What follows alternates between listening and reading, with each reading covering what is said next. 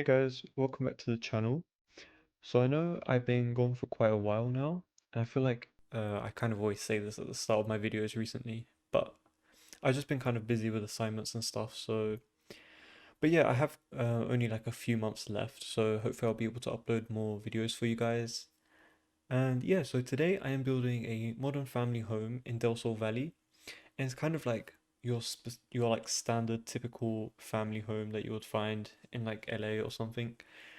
Um, yeah, I just focused on like for this house, I kind of focused on like making like the exterior look interesting.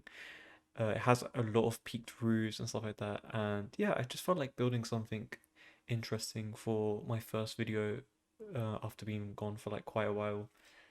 And yeah, it's on a 64 by 64 lot, and I think it has about like 4 or 5 bedrooms, give or take, and most of them have en suites. And yeah, it's a pretty nice house to be honest, if I say so myself. It's really perfect for like a normal regular family. And I kind of went with like a very simple style for this house. So it's like very grey, white, a lot of wood tones and stuff like that.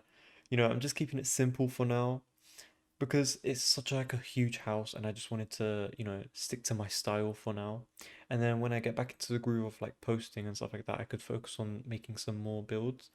I'm also thinking of creating some more residential lots, so a lot more apartments, as well as a few cafes and restaurants and stuff. So make sure you stay tuned for that as I have a few cafes and restaurants build ideas that I want to post on the channel. And yeah, moving on to the exterior of this house, I placed like a little foundation at the front of the house, just so like it acts like a little wall. It's like a partition, if you want to call it that. And I put some nice plants and stuff near the house just to make it look more interesting. And I put this house on a foundation as well as on a terrain, but I tried to make sure that the terrain wasn't too big or like too excessive because I don't really like using a lot of terrain on in my builds because like I don't know, I really like landscaping and terrain because like most of the houses that I pick are like mountain house based, so like they always like are slanted or something like that, but it's just like really hard to make like a nice looking house on a by using terrain in The Sims because I feel like it just bugs out a lot, like when you put plants and stuff on top of the terrain, it's just like hovering and stuff like that, and I have to use a tool mode and here and this and that, and just like I'm not really complaining, but at the same time, like I don't know, I wish there was like an easier way for that to happen, if that makes sense.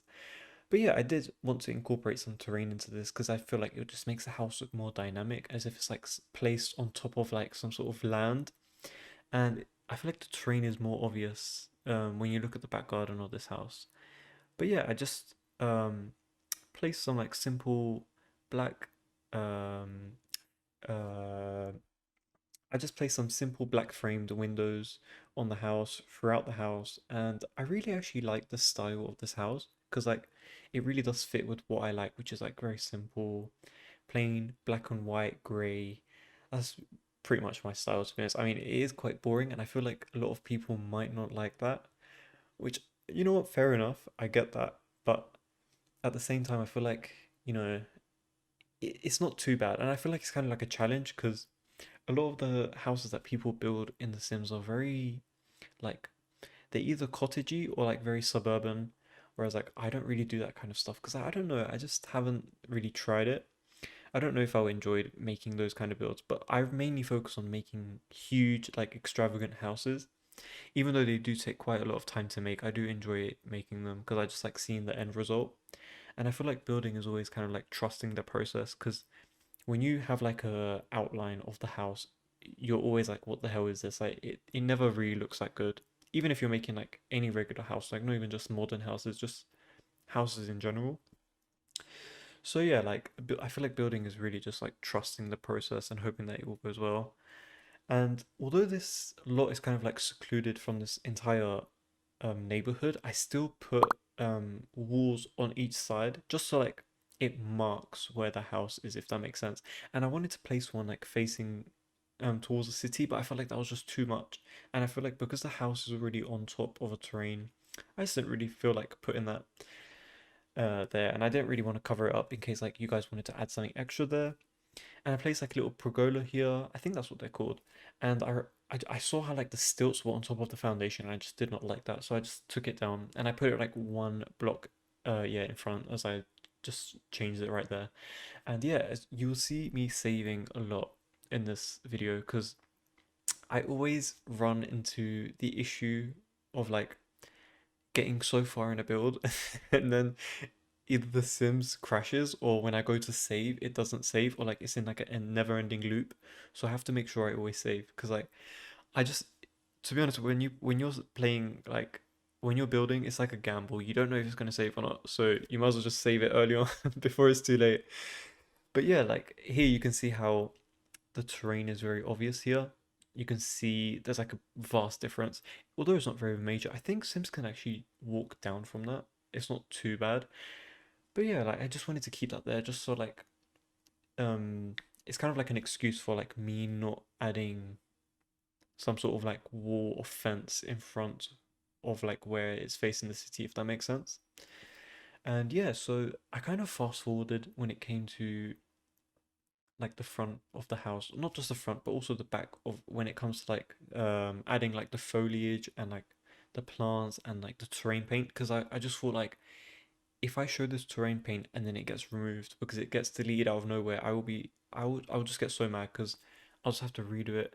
So yeah, I kept it very simple.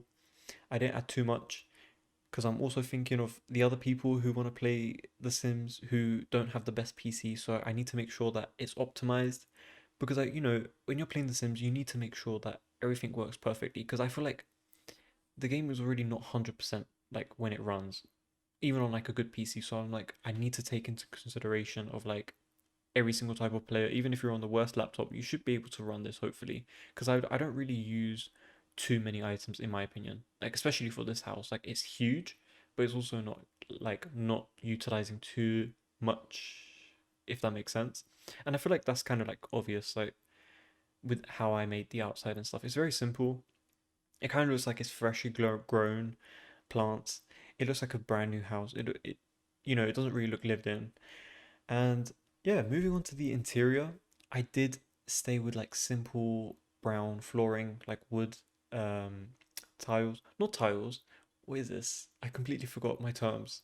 Literally, after not building for a while, I completely forgot everything. But yeah, floor tiles. I don't remember actually, but yeah, just timber flooring, if that makes sense. Let's simplifies it. And I went with some nice simple plain walls, white walls, and yeah, I feel like that contrasts really well with the white, not the white, the black windows. The windows, I feel like it contrasts really well with the black framed windows, and I kind of added a little twist in this kitchen in the sense that I added a lot of those like long cabinetry thingies that come with like the wall stuff, and I used um, two different packs to create this kitchen. So I used Dream Home Decorator as well as Island Living because I just really like the waterfall look of the Island Living counters, but I also really like the Dream Home Decorator counters, so I just incorporated that. And I also did something that I don't usually do, at least I don't remember that I really do, which is adding like an accent wall on one side of the kitchen. So I felt like this marble splash looked really nice on top of that blank wall that doesn't really have any windows on it or anything like that, and it's kind of like on the side of the house, so it doesn't really matter. And that was the main purpose why I didn't put windows on that side of the wall because I just wanted a nice kitchen there. I could have put two actually on either side of those like long cabinetry thingies, but I don't know, I just didn't really end up doing that. And as I was building this, I realized that I didn't put a refrigerator in the kitchen, so like it made no sense. It was not functional, and I was kind of going off of a reference image, and I believe that reference image had a refrigerator inside of one of those like long panels. But obviously, I can't do that without CC. So I went back and changed one of the shelving units on the left hand side to just incorporate something that looked built in. So I used like a long cupboard thing lights here and there. I added some industrial like brass lighting on top of those windows, the three windows that look at the back garden, and I feel like that looked pretty nice to be honest. And yeah, this is pretty much it for the kitchen. I also added a stove top, like where the marble backsplash is, and I added the sink on one of the islands, as well as adding like an oven thingy on where the three windows are, just to like, space out a little bit, make most of the kitchen more usable. And I kind of forgot to add it here, but I wanted to add like a little coffee station. So instead, before I upload it to the gallery, I'm just going to make sure that I add like a little coffee station on one of the sides of the windows, of the three windows. And yeah, I didn't really clutter it too much. I left it as it was. I used some like black appliances just to like make it stand out from the white counters. And I was wondering where I was going to put this living room because like when I build these like really huge houses, they're always wide, like on the lot. So I kind of have to make my own with like my own like floor plan, if you want to call it that. So like I have to add like my own walls and stuff like that. I don't know, it's hard to kind of explain it because like the houses are like so like wide and there's no wall that's like free from windows that I could place a fireplace on or like a TV. So I kind of have to like create one within the house. Bit something like this where like it's functional on both sides. So this side is more it's less formal, whereas like the other side, which you'll see later, I furnished it and added some more seating area that looked more formal and like more presentable, as that's kind of like the entrance of the home. Whereas like this side is like less formal, if that makes sense. So it has a TV. They both have fireplaces, I think, which I don't think is really realistic, but I still went with it because I felt like it looked kind of cool. If we had some sort of like fireplace that was like see-through that you can see between the wall, that would look very nice. I feel like that would look really cool, like a built-in one. Maybe I should make some custom content based around that. I'm not sure. But yeah, when I was building this house, I was always thinking of like, ugh, I feel like custom content would have helped in this situation so much. So like regarding like the living room mixed with the kitchen.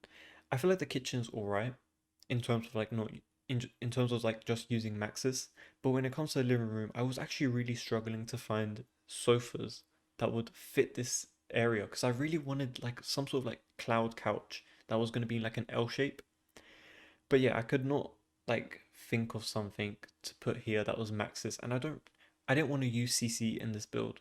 I would probably make a separate build video incorporating CC, but in this one I just did not want to use it, so I just went with these like basic ones that came with like the book nook. But yeah, here is the I have incorporated like a dining area, which is kind of further away from the kitchen, which is quite interesting. I don't usually do that, but I just wanted to put it there because it had like a nice view of the garden.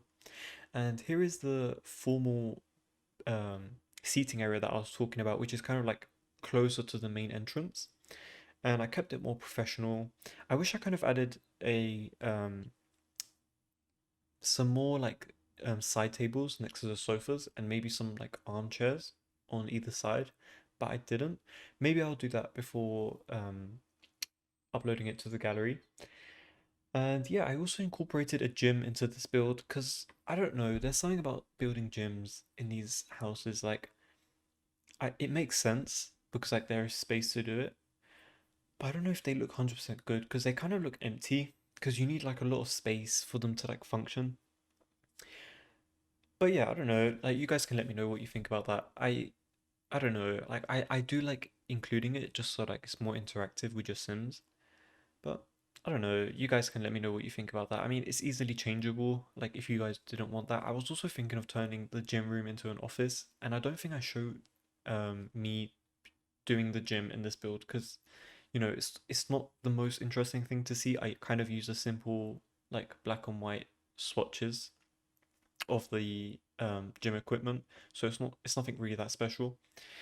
And yeah, I made like a little laundry room in here because it's more realistic to have something like that rather than two bathrooms on either side of the house.